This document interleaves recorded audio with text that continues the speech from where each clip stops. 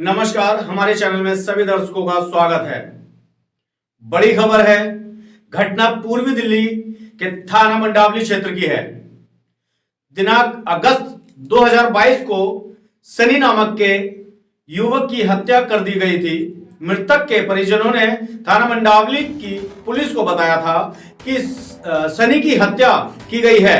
परिजनों के द्वारा पुलिस को हत्यारे का नाम टुई उर्फ साहिल बताया गया था।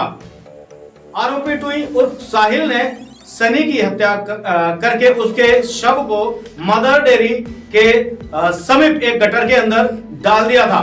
उसके बाद आरोपी ने ही परिजनों को फोन करके सूचना दी थी कि सनी का शव गटर के अंदर पड़ा हुआ है। वकील साहब, सबसे पहले हमारे चैनल की ओर से आपको बहुत बहुत धन्यवाद और बहुत बहुत बधाई कि आपने एक ऐसे केस को जो कि पुलिस दबा चुकी थी उसका पर्दाफाश करके 302 के तहत मामला दर्ज करवाया। किन चुनौतियों का आपको सामना करना पड़ा? सर, मेरा उद्देश्य सिर्फ इतना ही था कि इस व्यक्ति को न्याय मिले जी, क्योंकि एक बूढ़े व्यक्ति ने अपनी औलाद को खोया था और उस औलाद की हत्या की गई थी।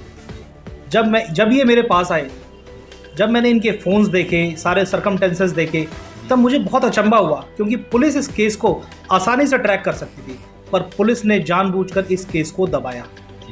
क्योंकि जो अक्यूज पर्सन है उनकी क्रिमिनल हिस्ट्री भी है, और जिस अक्यूज के खिलाफ हमने 156(3) डाली हिमांशी त्यागी जी की कोर्ट में, उसके खिलाफ मुकदमे भी चल रहे हैं प्रेजेंट टाइम में जिसमें वो अक्यूज्ड है।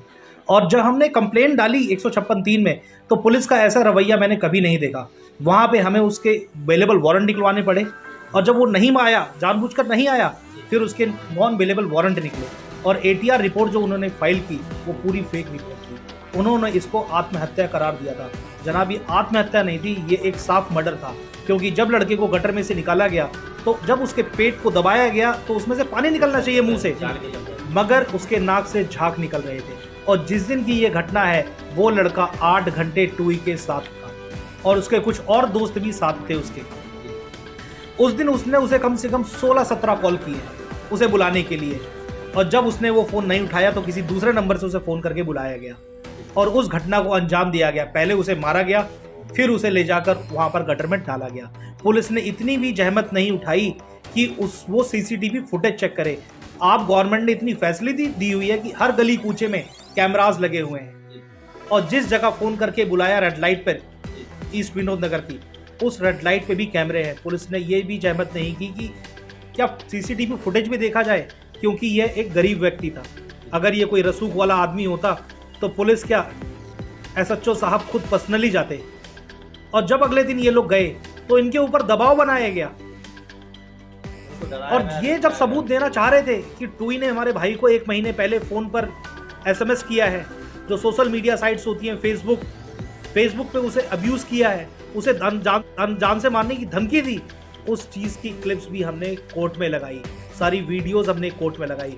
सर, हमने सिर्फ और सिर्फ इस व्यक्ति को न्याय दिलाने के लिए किया है। और मेरा ये चैलेंज है, अगर मेरे हाथ में ऐसे केसेस हों जिसमें थोड़ी जान हो और इनोसेंट आदमी को प्रताड़ित किया जा रहा हो, तो जाहिर सी बात है मैं उसको खुलासा करने के लिए आगे जरूर आऊँगा।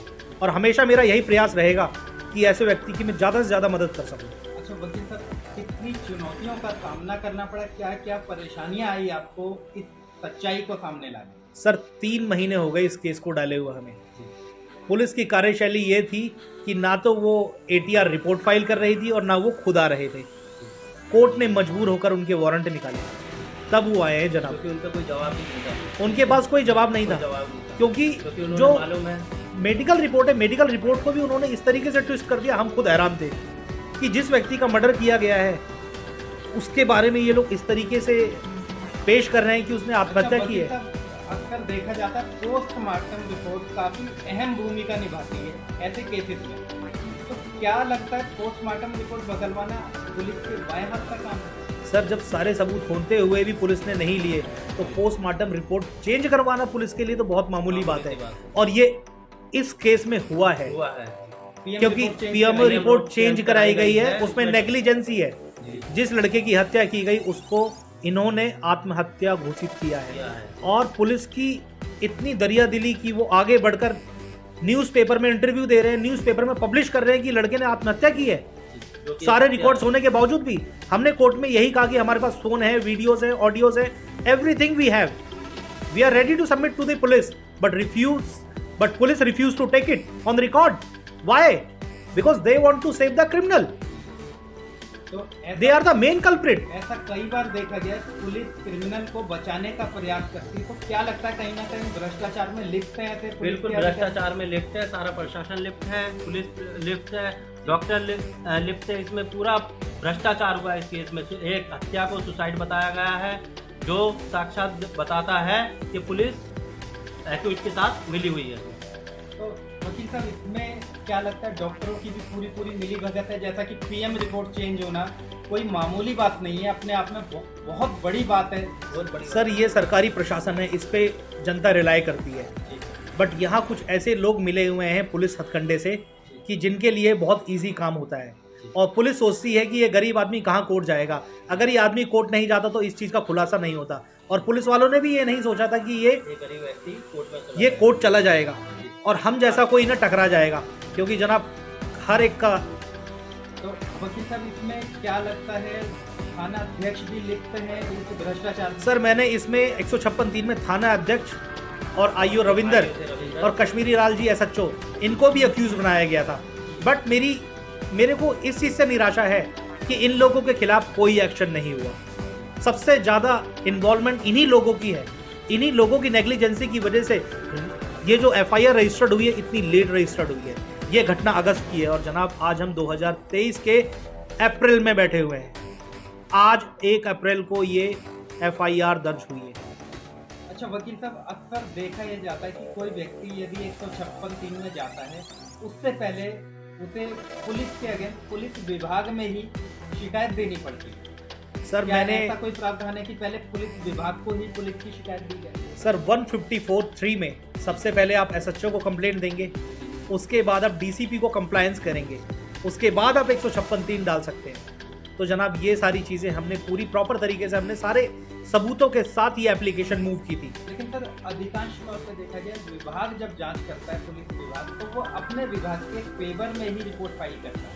सर डेफिनेटली यहाँ भी ऐसा ही हुआ है, अच्छा, यहाँ भी ऐसा ही हुआ है। पुलिस ने क्यों FIR दर्ज की अब? क्योंकि जब मजिस्ट्रेट साहब को हमने सारी चीज़ें दिखाई और वो पूरी गो थ्रू हुई फाइल से, IO का कंडक्ट देखा, वो सारी चीज़ें होने के बाद उन्होंने FIR रजिस्ट्रेशन का ऑर्डर दिया है, और उसके बाद भी FIR रजिस्टर्ड नहीं की गई। हमारा जो जजमेंट थी 156(3) में, ये 22/3/2023 को पास हो गई थी, और सेम डे ही थाना प्रभारी जो कश्मीरी लाल हैं इनके पास ही पहुंच गई थी। पर जनाब उसके बाद भी मेरे को एप्लीकेशन मूव करने की ज़रूरत पड़ी, क्योंकि जब मैंने देखा पुलिस का रवैया तो अभी भी वैसा ही है। मैंने परसों एप्लीकेशन मूव की और कल पहुंची, तो कल IO साहब मेरे ऑफिस में आके वो कंप्लेंट की कॉपी और 156(3) की पूरी पटिशन लेकर गए। क्या लगता है कहीं ना कहीं आपकी मेहनत और परिश्रम की पैरोकारी रंग लाई? सर मेरी नॉलेज ही रंग लाई है, और मैं अपनी नॉलेज को ज़्यादा से ज़्यादा बांटना चाहूँगा आप लोगों के साथ में, क्योंकि आपके अधिकारों का हनन होता है। आप अपने अधिकारों को हनन ना होने दें। आप भरोसा रखें जुडिशरी पे, न्याय जरूर मिलेगा, मगर आपको चलने का तरीका आना चाहिए। उसी तरीके के तमाम ऐसे पीड़ितों को हमारे चैनल के माध्यम से क्या संदेश देना चाहेंगे जो कि आज इंसाफ से वंचित है? सर मैं यही कहना चाहूँगा, बस मन में धैर्य रखें और पेशेंस रखें। टाइम सबका आता है, और आज नरेश सिंह का टाइम आ गया। उनके बेटे की जो मर्मम हत्या की गई थी उसका खुलासा हो चुका है, FIR रजिस्टर्ड हो चुकी है, और आगे भी ऐसे हम चीज़ें करवाते रहेंगे। अगर हमारे पास ऐसे पीड़ित आएंगे तो हम अपनी पूरी जान लगा देंगे उनको न्याय दिलाने में। तो वकील साहब, हमारे चैनल के माध्यम से एक बार आप अपना मोबाइल नंबर और शेयर कर दीजिए, जो आपसे संपर्क करना चाहे अपने केस के बारे में, तो वो आपसे कैसे संपर्क करें? मेरा नाम गौरव सोनी है और मेरा मोबाइल नंबर 9773709006, और मेरा जो ऑफिस है वो है Shashi garden B109 ground floor, shop number 1, Shashi garden, गली नंबर 10, मयूर विहार, फेस 1, दिल्ली 91। वकील साहब, आपका शुभ नाम? मनवीर सिंह।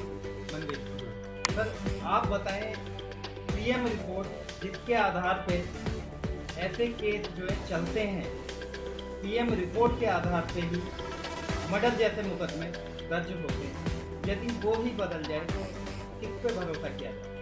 न्याय पे पूरा भरोसा रखिए, क्योंकि पीएम रिपोर्ट ये पुलिस वाले जो हैं ये मिलके अपना बदलते हैं। तो डॉक्टर भी मिले हुए थे, इसमें पुलिस भी मिला हुआ था, आईओ भी मिले हुए थे।